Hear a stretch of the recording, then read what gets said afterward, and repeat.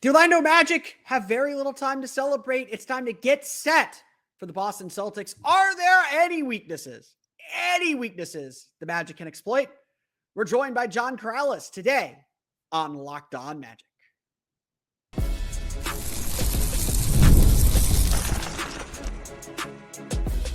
You are Locked On Magic, your daily Orlando Magic podcast, part of the Locked On Podcast Network, your team every day.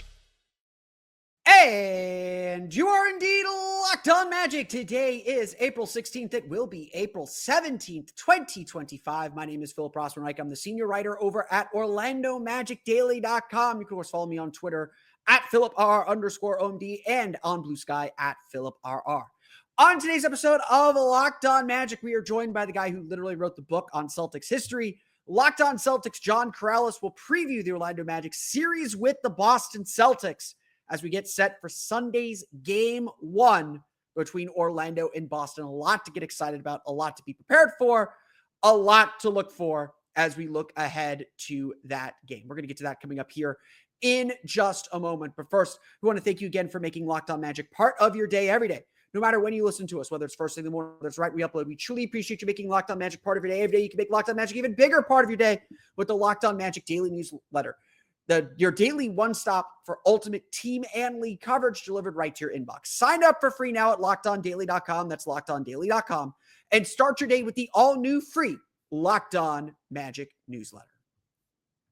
Today's episode of Locked On Magic is brought to you by Game Time. Download the Game Time app, create an account, and use code LOCKEDONNBA for $20 off your first purchase. As I'm sure you no doubt know by now, the Orlando Magic defeated the Atlanta Hawks on Tuesday night to win the play-in tournament, or to win the 7 seed from the play-in tournament. They move on now to face the Boston Celtics. And before we bring in John Karalis, I just want to say a couple quick words about the Celtics before let me get my piece in. Let me get my initial thoughts of the series, and we'll talk more about this throughout the rest of this episode, as well as tomorrow, get a little bit more into what the Magic will try to do against Celtics, what the Magic's goals are for this postseason, because it's going to be a difficult series. As I will note toward the end of our conversation, the Orlando Magic and Boston Celtics feel like they are brothers. Let's go with that. They're brothers. They're cousins. They're related. They're trying to build teams in a very similar manner. The Celtics drafted Jason Tatum and Jaylen Brown, brought them along, had some veterans that kind of took them out of it. But at the end of the day, the Celtics opted and the Celtics believed this was their core group, their core players. They built themselves on their defense and they built themselves on 2 wings who had to kind of figure out how to play with each other and how to kind of work together in a way that very few teams, especially very few championship teams, have been able to do.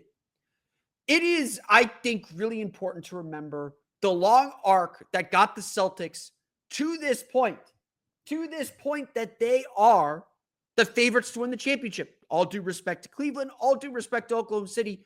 To be the champs, you got to beat the champs. And the champs are still very, very good and still very, very much realistic contenders to win the title this year. They're not going anywhere. It took them a long time to get there. It took them a long time to figure it out. It took them a lot of faith and belief in what they were doing. A lot of, frankly, continuity that the Magic have had, that the Celtics had, and were finally rewarded for. That's not to say the Magic are promised anything with what they have and what they're building. Right now, Orlando has a lot to figure out, and we're going to talk a lot about strengths and weaknesses and why the Celtics are who they are and why the Magic are still figuring out what their championship team looks like. We're going to get to that, and we're going to get to that throughout the course of the series. As much as this series is about the Orlando Magic versus the Boston Celtics, it's still about a chance to win a series. You still got to play the games after all. As much as this series is still about all of those things, this is also about the Magic getting a glimpse of their future. It is also about the Magic beginning to learn and understand what it might take for them to be this great team, to be this team that can compete for a championship, that can compete at the highest levels. We're going to learn a lot over the next 2 weeks, over the next week and a half, about who the Orlando Magic are and what ultimately will define them. It's going to be exciting. It's going to be a lot of fun. But the Magic have a lot to figure out as well. The Magic have a lot to put on the table, a lot to see who they will be and what they will become. And that's what this series is about. And so, with that, without much further ado, let's talk to John Karalis of Locked On Celtics, get a preview of the strengths and weaknesses as the Orlando Magic take on the Boston Celtics, coming up here in just a moment. All right, here we are. This is fun, man. Philip Rossman Reich, Locked On Magic. I always enjoy doing a podcast with you. We haven't had a ton of opportunity to do podcasts together, but now here we are meeting in the playoffs. It's gonna be fun. First and foremost, I do think this is gonna be fun. If you like 90s basketball, yes, this could be very, very fun. Everyone says they want 90s basketball, and then they get it, and they're like, "What is this?" And it's just like, "That's what the 90s were like." No, I really think this is going to be a fascinating series. I've long posited, and maybe you can confirm or deny this, of all the play-in teams, the Magic are the one team that Boston and Cleveland were like, we don't want to see them. Like, please implode. Don't get in there. Don't get in there. The Magic probably won't win this series, but you're going to come out with a few bruises. And I think that's something that this team is really good at. And who knows, this is, the Magic aren't going anywhere. They had a down year. This could be a potential preview for a series for years to come. So I have been high on the Magic. I've liked them for the past 2-3 seasons, and for various reasons, it hasn't quite worked out the way anybody thought it would. Obviously this year derailed by injuries, and it's, you lose Suggs, you lose Mo Wagner, who, Celtics legend. Yeah, that's right. Former Celtics legend and like now notorious Celtics killer. He could average 8 points a season. Somehow he's dropping 32 on the Celtics. But those are key guys that were obviously Suggs is a huge part of what you're trying to do. And then Banchero for a while. And then, you got everybody got an oblique injury. So this isn't the Magic team that we thought it was going to be, but damn it, if you aren't coming together a little bit at the right time and playing to your DNA, which as we look at Orlando's strengths, this whole first segment, strengths and weaknesses, that DNA is that physical. You said 90s basketball. They will really beat you up defensively. That's they're the second best defense in the league this year, despite all of that other stuff. It's going to be, the Celtics are known as an offensive team. It's going to be tough. It's going to be a tough one for the Celtics. Yeah, and look, anything you talk about with the Magic has to start with that defense. The Magic very much subscribe to the theory that the refs can't call everything, and in the playoffs especially, you expect a little bit of leeway and a little bit of physical leeway. So it's tough to crack this Magic defense. They have a ton of length. They have buy-in. That's the first thing. Any good defensive team buys into what they're doing. They trust what they're doing. They have versatility and length. Wendell Carter is comfortable guarding perimeter players. They'll bring Jonathan Isaac in as their backup center right now. Even without Jalen Suggs, Kentavious Caldwell-Pope is still an excellent perimeter defender. Franz Wagner typically takes the best perimeter player. Like, it would not shock me if he's got the call on Jason Tatum. Certainly they'll feel comfortable with him on Jaylen Brown, despite being 6'10", a little bit bigger. They are not afraid about really any, maybe outside Paolo. Paolo, they'll probably still hide, but even Paolo will have his defensive moments. Everybody is bought in. They're going to play physical. They're going to hit you. They're going to rake you. They're going to try and swipe at the ball. They're all about just surrounding you with arms, length, and pressure, and seeing what you can do with that. The Celtics, 2 of their 5 lowest volume 3-point nights came against the Orlando Magic, including their lowest. They led the league in 3-point field goal attempts per game allowed. Like, that's right. A big part of it. Fewest allowed, fewest made. Even though the percentage was like, it's like 21st. It's not, you can shoot a good percentage if you get them. But the Celtics even shot a poor percentage. Like 2 of their 4 worst shooting percentage nights One was that weird one just here at the end of the season, but still, we could throw that game out. Like that game didn't happen. Still, but it's still, those were good shooters. The Celtics still put good shooters on the floor, and somehow in Orlando, the shots were not falling. So if I'm looking at it from a concern standpoint of like, okay, what's not going to go particularly well for the Celtics? My biggest fear playing into this Orlando strength is Orlando's going to suck the ball handlers into the paint, and they're going to cut off those kick out opportunities, and it's just going to be 2-point battle versus 2-point battle. And I still think the Celtics are better in that, but the strength of the Orlando Magic is let's muck it up. And you probably, I mean, nobody wants this, but a 92-88 final score, you just put that up there in this series, and you're like, ooh, did Orlando win that game? Yeah, and I think that's how. I mean, look, and Boston is also a low pace team. They a low possession count team, if I'm not mistaken. Yes. Orlando is very, very comfortable playing on few possessions. They want few possessions. That means their defense is really digging into you. It means that you're not getting up a ton of shots. We'll talk about weaknesses here, but a big weakness is going to be the math question and the math problem. That's right. That this series presents. But Orlando's defense is just all about, making you question your decisions. Like there's a guy, Jonathan Isaac has 6'11" with, arms that go forever, closing out at you. Are you going to attack that? They'll switch. So your screening game does nothing. You have to kind of go to an ISO game. And I'm sure as your listeners kind of understand that that's when the Celtics sometimes bog down, is when they have to go to that pure ISO game and kind of play into Orlando's hands, because they, even without Suggs, they do have good individual defenders. They're going to make Boston work for everything that they can get. And so if Orlando, like, to me, the biggest key for Orlando is they've got to turn this into a half court series. Like, every game has to be a half court slog. And to your point, Boston still is the favorite in that kind of a game. Mm-hmm. But the Magic have a chance if they can make it their defense versus your offense. Like that is their best chance to win this thing.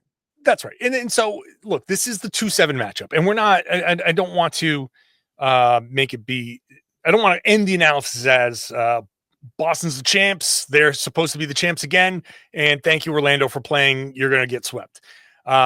Because Orlando could get swept, or it could be a tough series. No one, I don't think, like all the Orlando Magic fans. Okay, I shouldn't say all, because there are plenty in my mentions. I mean, look, that will the realistic ones know the deal here. We know, right? We know. We haven't gotten to the weakness and what's really going to decide the series. And this is the thing, right? Watching Orlando go into a complete funk against Atlanta in that third quarter, right? Atlanta's not exactly a stout defensive team. They get some good defensive players. I mean, I don't want to sell them short, but I mean, Trae Young is obviously attackable. But to watch you put up an 18-point third quarter, it's like that entire 22-point, you lost 19 points of the 22-point lead. If that happens against the Celtics, you're losing a whole lot more than 19 points. You could be up 22 on the Celtics and have the third quarter the Magic had Tuesday night, and you're down 25. Like that's that. And honestly, that exact thing happened in a January game in Toronto. Orlando raced out, hit a bunch of threes, like more threes than they normally make, which isn't very many, and took a 20-point lead. Then their offense just hit this wall, and this is against Toronto, mind you. Hit this wall, and the Raptors ended up winning the game by 15. The biggest weakness for the Magic is they're going to have, in any given game, a 4 to 5 minute lull where they just can't score. It could be open shots. It could be defense ratchets up. They're just going to have these long stretches where they struggle to score, where the points just don't come easy for them. And every key Magic game that they play is all about, okay, how can they limit the damage in those moments? How short can they make those moments? And can their defense stand up? And this is where I think Boston is going to have such a huge advantage, because Boston's going to punish you if you don't keep scoring. It's that simple. Like if the Magic are missing shots and letting Boston get out in transition, That's where the Magic are in the biggest trouble in this series. Because the Celtics are going to bury you with the trailing threes. Yes. And this is we've seen it so many times with the Celtics when they've given up a bunch of 3-pointers, a little out of character. If you're not missing, and Joe Mazzulla is so great at this when he talks about like we all on the outside, like or he'll say you guys, you talk about offense and defense like it's football, like it's two separate teams. Yep. It's all one big infinity loop, like it's just one leads to the other and the other leads to the other. And if you are missing shots, and this is where, you know, the Celtics could seriously lose 3 quarters and win by 20.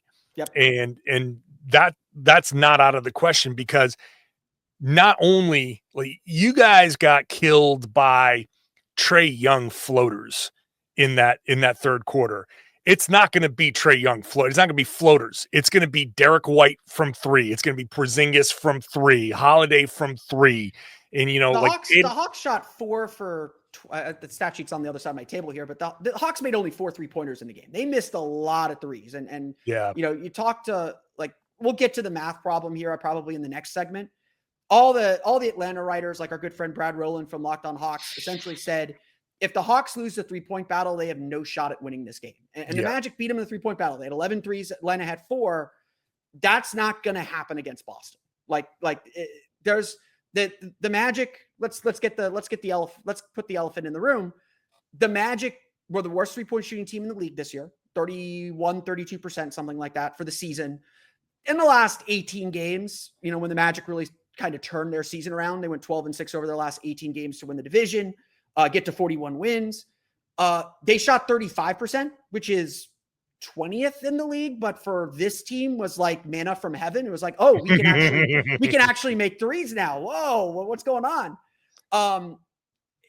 Against Boston, you got to limit their threes, which the Magic should be pretty good at. But to that other point, Orlando can be a very high turnover team. They've been better about it since the All-Star break. But every turnover they make, every live ball turnover they make, certainly every missed 3 that turns into a fast break, that's going to be a Celtics 3. And that's going to be, I think, where the battle line in this series is drawn, is who's controlling the tempo and how are both teams getting their shots. If Boston's getting their shots in transitions, it's going to look very much like that January game when the Magic just got absolutely worked. And that's the potential that this series has, and that there's going to be a game in this series where Boston wins by 30. It just feels inevitable. The question is, are the Magic going to have a game like they had in December where they're able to slow things down and able to kind of make those plays down the stretch and keep it close and rely on their defense to get stops to help them steal a game here or there? And that's going to be, I think, the big uphill battle for them. Let's get into the Celtics' strengths that play into all of this stuff, because the Celtics have some strengths that, you know, if everything is on point, could change some of this calculus. We'll talk about that in just a second. Today's show brought to you by Skims. I am wearing my Skims right now because they are unbelievably comfortable. Yeah, they make them for men now. My wife, huge Skims patron. And so when she heard they were making for men, she told me, she's like, right away, you're gonna love them. I know you're gonna love them. And it's true.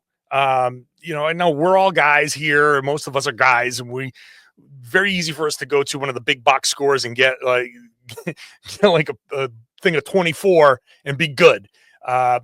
Spend a little extra money, I think, on the Skims. Super comfortable, perfect for an active lifestyle. They move with you. They don't lose their shape. They stay in place all day. When you're working out, they don't go places that you don't want them to be, and you have to be like kind of clandestine trying to get them back out in the middle of a workout. No, they stay where they're supposed to go. Lightweight material. They feel amazing. It almost feels like you're wearing nothing at all. Shop Skims men's at skims.com/LockedOnNBA. That's skims.com/LockedOnNBA, or at Skims stores. Let them know we sent you. After you place your order, select podcast in the survey and select our show, either Locked On Celtics or Locked On Magic, and they will know in that drop-down menu, they will know that we sent you there. Today's show also brought to you by Game Time. There's nothing like the atmosphere of a playoff game. You guys are going to love it in Orlando. And every bucket, every defensive stop, every moment feels huge. It's electric. And with Game Time, you can be part of it without the stress of last-minute ticket hunting. Game Time makes it easy, fast to get playoff tickets, even in high-demand times. Prices actually go down as tip-off gets closer, and the last-minute deals can save you up to 60%.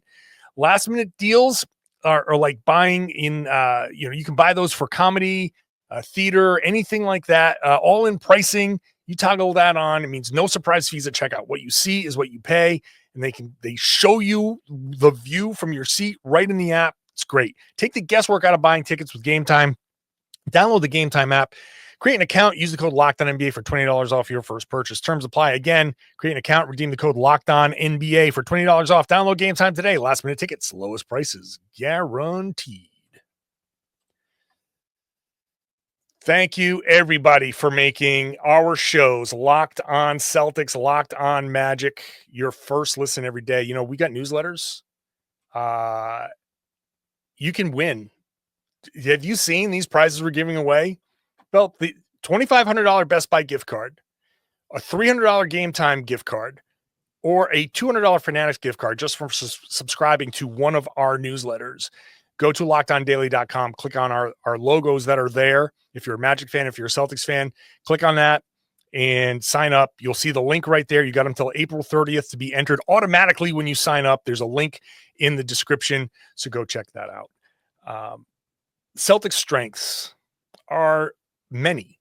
Where do we want to start? You get to pick. We don't have time in this segment to get to all the Celtic strengths. So I'm going to start with Jason Tatum and his ability since the All-Star break to manipulate defenses. He's averaged 7+ assists a game since the break. He's normally been a 5 or 6 assist guy. 5 point something is generally where he's landed. To get up over 7, that extra 2 might not seem like a lot, but it is. It takes a guy like Tatum from like a 26, 5 and 5 night to all of a sudden he's getting up like 30, 39 and 9. And like, if he's doing 39 and 9, then I'm sorry, Orlando, but yeah, you got no shot if Tatum's out there nearly averaging a triple double in this series. And I never would predict that in the past, but I don't think it's out of the question now. So when you talk about Orlando wants to make this a half court game and you want to dare the Celtics ball handlers with maybe drop coverage or switches to isolate or whatever it is, Tatum himself, even now with Jalen with the knee issue, Tatum, if he can still manipulate the defense, and whether it's making shots or setting guys up, I think Kristaps Porzingis and his shooting is going to be a big deal, and I think that pick and roll is going to be huge. That could be where Tatum gets 4 or 5 assists alone. If Tatum's doing that, then that means the Magic defense is getting picked apart. Yeah, and like everyone's been focused on the top end of the MVP conversation because Shea and Jokic have kind of, maybe your viewers disagree with, maybe your listeners disagree with this, and I'm setting alarm bells off, but Shea and Jokic have had really good years. No, I think everybody understands that. Yes, Tatum has never gotten the MVP love that he probably deserves. Oh, well, now every one of my listeners loves you. Yeah, no, he hasn't. Like, he's been the best player on a championship level team. Those guys usually get attention. He's taken his game up to another level. To me, like, there's no doubt he should be third in MVP voting. I think that's what I put in my last MVP straw poll with Tim Bontemps. If it weren't for superhuman seasons from Shea and Jokic, we would be talking about Jason Tatum being an MVP because he is a very good player who won a championship, didn't rest on any of his laurels, came back with a chip on his shoulder, whether anyone wants to admit that or not, and has been even better this year. And obviously, like, the Magic fans think they have someone kind of in the mold of Jason Tatum in Paolo Banchero. Paolo and Jason work out together in the summer. They're both Duke guys. There's a lot of mutual admiration. I'm sure there will be a very a very long hug and talk between the two after the series ends, one way or the other. Jason Tatum has all the tools to use all those skills that he's developed and that he has, because of the shooting around him, because of that. And at that stage, it becomes about a star player deciding, how am I going to attack? When am I going to attack? And how I'm going to set my teammates up for success. And this is something that you gain over years, over playoff scars, over, missteps. You gain all this through experience. And I think what's really scary about the Celtics this year was obviously they were so dominant last year. What's scary about the Celtics is, despite being second this year instead of first, they are probably better than they were last year. They are at least at a playoff level scarier because of how certain they are of who they are. Yeah. And how much in control Jason Tatum is. This is not, I mentioned the Magic have to get the Celtics to play to their worst habits. And that's that kind of ISO game, maybe settling for, one pass threes or dribble pull up threes instead of, what you don't want to do is Tatum gets to the elbow. And I'm sure this is a stat too. Those assists don't count like secondary assists or drive assists where Tatum initiates the action, gets in the paint, draws a guy a step too far, kicks it to the corner to like a Derek White. Derek White sees the closeout coming, whips it to the next guy. He whips it to the next guy, and then maybe even whips it back to Jason Tatum for 3. That's putting you in rotation is how the Celtics kill you. Yeah. And it all starts with the way Tatum controls the game with his tempo and his ability to attack off the dribble and pull up and shoot. You have to defend Tatum at all 3 levels. So the difference, my last point about Tatum before we move on, I think the difference with Tatum that Magic fans might notice is, in the past, Tatum would kind of like drive and then make the read. Okay, I'm driving to score. Oh, they're doing this. I'm going to do something else. Now Tatum is setting people up. It is much more of a manipulation. It's, I've got this guy down below the free throw line or down below the 3-point line. I'm going to, like, if you're a big in drop against the Celtics, and Tatum is very good at kind of like, he's developed like this little head and shoulder, just a little hesitation. Like, I'm going to bring it up, like overhand crossover. And like, as soon as you're big, he did a great job describing this on NBC Sports Boston the other day. As soon as you're big, just raises his hips a little bit. He's like picking up those little body language things. He's like, whoa, oh, bam, overhand crossover, boom, I'm in the lane. Now it's a 4-on-3, and and that's the Celtics thing. It's always the 4-on-3s, the 2-on-1s, developing those things. And Tatum is so willing to say, I am going to give this up, and we're going to decimate your defense. And it's less Tatum trying to do things and then passing out of necessity. It's more, he has a purpose and he's passing because that's part of the purpose. And that's the read the defense has shown him. And that I think is going to be the big thing. Geez, we should probably continue this. You're right. We didn't have a whole lot of time to talk about all this. There are weaknesses. There's a lot of strengths of the Celtics. We got to talk about the 3-point shooting difference, because that's going to be the factor of whether any game in the series is close. I think it's fair to say, like, we know the 3-point shooting. We know Kristaps Porzingis is going to stand like 30 feet away and shoot. Like, I'll touch on that just for a second when we come back, and we can get into we won't take a lot of time with the series prediction. Yeah. I kind of think we kind of know, no offense, but like, I think we all. None taken. Okay. We'll be right back with that. Today's show is brought to you by Amazon Fire TV. These guys right here. All right.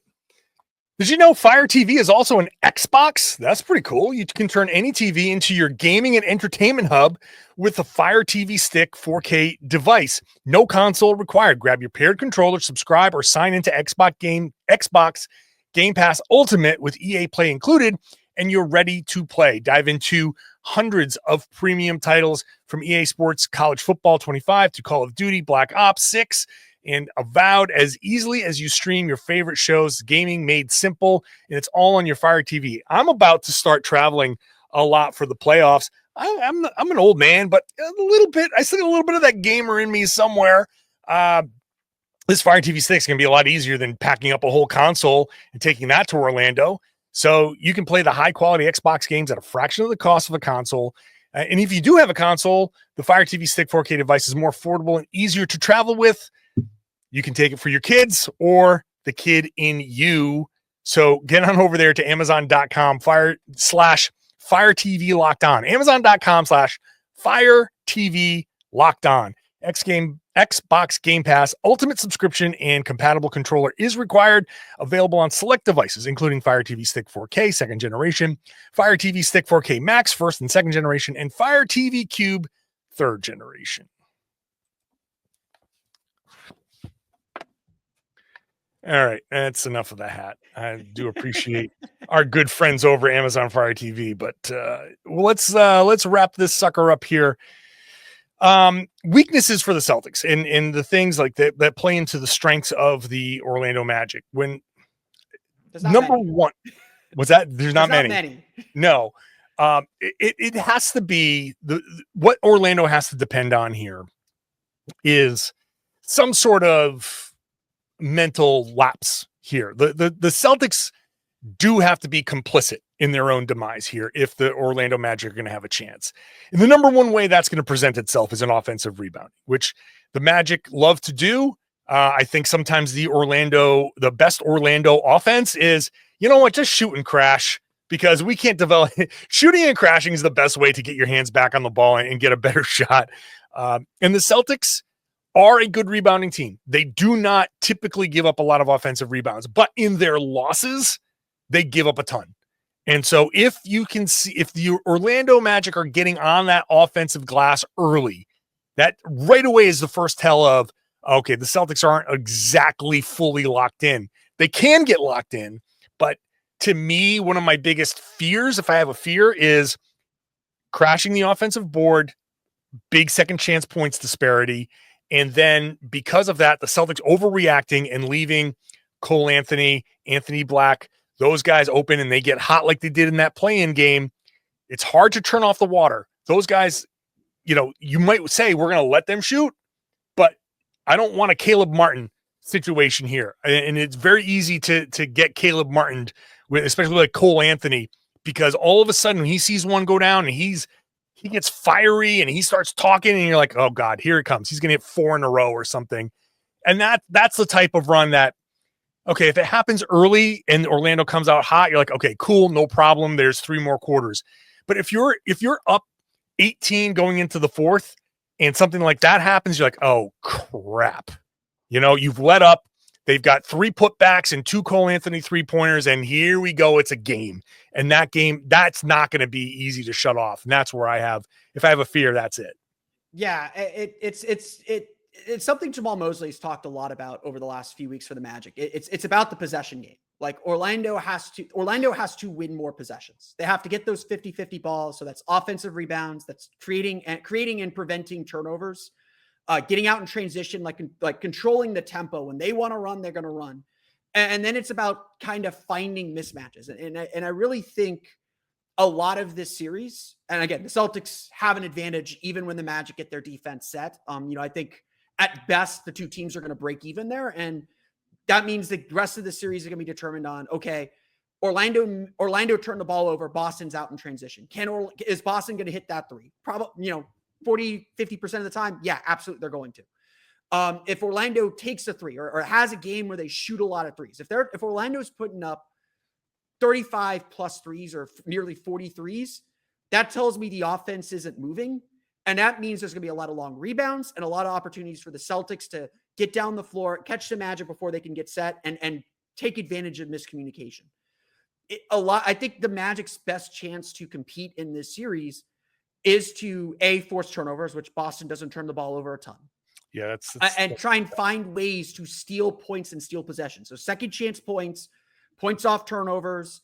The Magic have to win these categories to have a chance, because set defense versus set defense, the Magic's offense is going to struggle. That's just going to be the reality. Orlando, they might have a nice hot run. Maybe Paolo is hitting a bunch of shots. Boston may try to defend him one-on-one to start with because they have faith in Tatum or they have faith in whoever they end up putting on Paolo, or same thing with Franz. They got to force Boston to change their defense on them, but then they got to count on those two guys carrying the load. Like what we saw Tuesday night is not typical for the Magic. The Magic are not going to win games in this series unless Paolo and Franz are scoring 60+ points combined. That's just the reality. And we've danced around it, but a big part of the series is the math problem. The Magic cannot get beat by 10 threes in the game. If Boston hits 15 threes in Orlando, that's usually pretty good defense. There's always a chance Orlando only hits 8.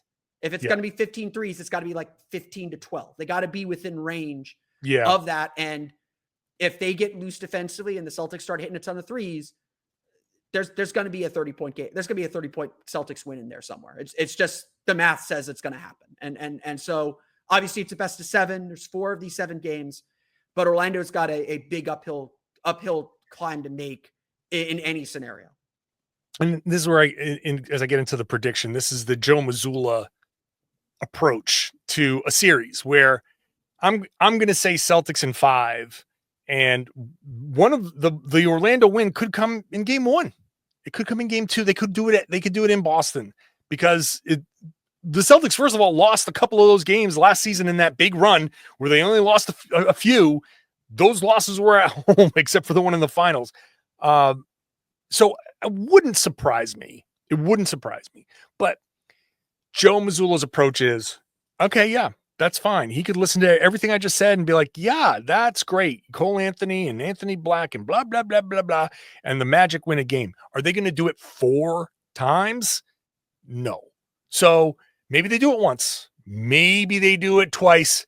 And in a, oh my God, the sunspots have hit Florida and the aura has shifted and they've done it thrice. Are they going to do it 4 times? The tsunami of a season's worth of missed shots finally all of a sudden. It is not impossible to say that the Celtics do get Caleb Martin in this, but I think the Celtics approach, especially since the All-Star break, has been too professional for them to have that many lulls. And I would say this, while the Magic have done well against the Celtics defensively in the past, they tend to struggle with 5-out defenses because they then cannot commit to defending the paint. The paint is a little bit more open. And when you face a team like Boston, the trade-off you have to make is, am I willing to trade shots in the paint, 2 points, to give up to defend the 3-point line? And that's the pressure they put you under. And Orlando is typically very good at defending the paint, keeping those points in the paint kind of low, getting you in the paint and kind of trapping you. And Boston, may make mistakes. They may go through stretch where they make mistakes, but they're also going to have a lot of opportunities to get open threes. And Orlando is going to have to decide which part of their defense, which is very good again, they're willing to compromise to try and give themselves a chance. So what do you think? I think it's going to be Celtics in 5 as well. I just don't have enough faith in the Magic's offense beyond one game. I think there will be, like I said, the way I see the series going, there's going to be a 30-point blowout somewhere, like some big blowout win for the Celtics. Mm-hmm. I think the Magic are going to have a close win somewhere. Maybe they win by like 6, 7, 8 points, like they pull away at the end. Yep. There's probably going to be a close game somewhere else in this series, maybe like a game 4, game 2, where it's close, and that's going to determine whether this is a 5 or 6 game series. And I find it. I think Paolo is going to have a pretty solid series. He's just really tough to stop. Franz, I think, will have his moments, but like last year, he'll probably have some weak spots too. And I just think generally the Celtics have too much offensive firepower, and the Magic are going to head into their offseason wondering how do we get better at offense, because it's time. Yeah, it's going to be interesting. It's going to be really interesting. Like I said before, man, I do like the Orlando Magic. I like Banchero. I like Franz Wagner. A little bit more consistency, a little bit more growth, and some better luck, and like a couple of decent moves. I really thought Orlando was going to be, when earlier this season, I was like, oh, please do not let Orlando finish with the 3rd seed. I don't want to see them in the 2nd round. And then they dropped to a point where I'm like, oh God, they're going to see them in the 1st round. Like, I didn't want to see that either. So it's probably the worst matchup that the Celtics could face. Although I want to give some Chicago a little bit of love because they're so crazy. They're the only team that can hang with Boston at the 3-point line. But that's neither here nor there. The difference, I think, like the difference in this series is there's not going to be much variability. Like Orlando, if Orlando wins, it's going to be, they're going to score low hundreds, maybe a game in the 110s. Yeah. There's no 130-point game in them. Like that's like if we're going to play that game, like it's Elam ending type thing, you get to 115, 120, Magic aren't catching you. The Magic aren't beating you. Atlanta can get to can score 140 on a random night. The Bulls can score 135 on a random night. The Magic aren't scoring that much on a random night. Now, on a random night, they'll hold you to 95 or to like 102, and that's going to give them a chance to win. That's going to be part of the deal. They're like, the difference is the Magic's floor is just so much higher because of their defense. It's figuring out where their ceiling is. And, I want to just throw this last part out at you. Like, a lot of Magic fans, I think, track the Celtics as well and say the Magic, Paolo and Franz remind people a lot of the Jason Tatum, Jaylen Brown pairing and all the questions that they had before they finally broke through and won the title last year. There's a lot of Magic fans who are saying that this season with all the injuries was kind of like the 2021 season for the Celtics when they went from 48-24 to 36-36. Orlando went from 45-37 last year to 41-41, or 47-35 last year to 41-41. This is a team that, with the right moves in the offseason, getting healthy, obviously, could be a major player in the Eastern Conference next year. So, like I said, I do think the Celtics are a good measuring stick for Orlando. It's something that hopefully the front office will take note and say, okay, this is where we need to get better to be on the level for the Celtics. And obviously, I think these are two teams that'll be competing and passing each other in deeper playoff rounds moving forward. This could be the start of a beautiful friendship, is what I'm saying. It could be, and you also don't have the we're recovering from Kyrie Irving phase, so that puts you ahead of the curve. All right, thanks, man. Really appreciate it. Hope everybody enjoyed this crossover between Locked On Celtics and Locked On Magic.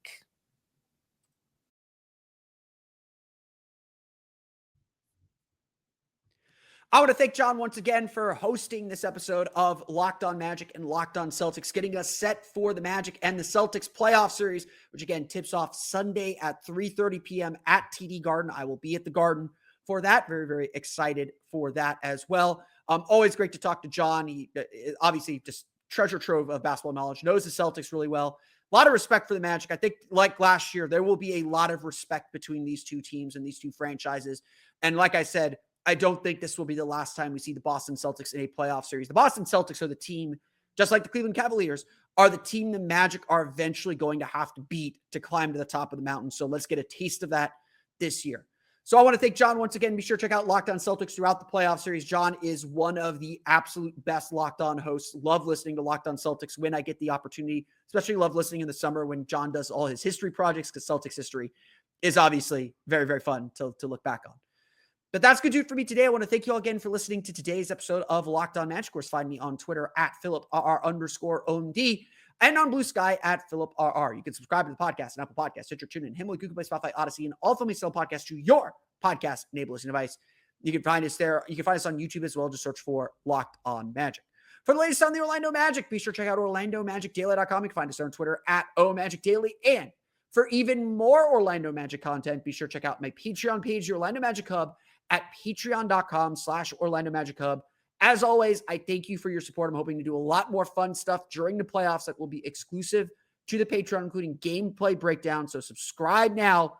That funding, that Patreon helps support me traveling to cover these games and give you the best Magic coverage out there. I truly, truly, truly appreciate all of the support. As if all that's not enough, you can also support the podcast by subscribing to the Locked On Magic daily newsletter. The Locked On Magic Daily newsletter has you covered every step of the playoffs. Just turn to it for expert analysis, insider insights, and all the playoff action delivered straight to your inbox for free. Plus, as a subscriber, you will be entered to win one of these three amazing prizes: a $2,500 Best Buy gift card to upgrade your sports cave setup, a $300 Game Time gift card to get tickets to the game. I'm hearing that Game 3 and 4 have sold out very, very quickly. Going to be wild at the Kia Center next weekend. Or a $200 Fanatics gift card to make sure you are decked out and ready to go for playoff basketball. It's easy and free to enter. Simply subscribe between now and April 30th. That's 2 weeks from now, to be automatically entered to win. Don't miss a chance, or don't miss a moment of the Orlando Magic's playoff run. Locked On Magic newsletter allows you to experience the playoffs like never before. Subscribe today and enter to win by clicking in the link in the description, or by going to lockedondaily.com. Going to delay what I was going to plan to talk about today till tomorrow. We'll talk about what the Magic have to prove, the burning questions the Magic face entering the playoffs, because like I said, this is still kind of bigger picture stuff. We'll get to that on tomorrow's episode of Locked On Magic. Until then, for Orlando Magic Daily and Locked On Magic, this has been Philip Rossman-Reich. We'll see you all again next time for another episode of Locked On Magic.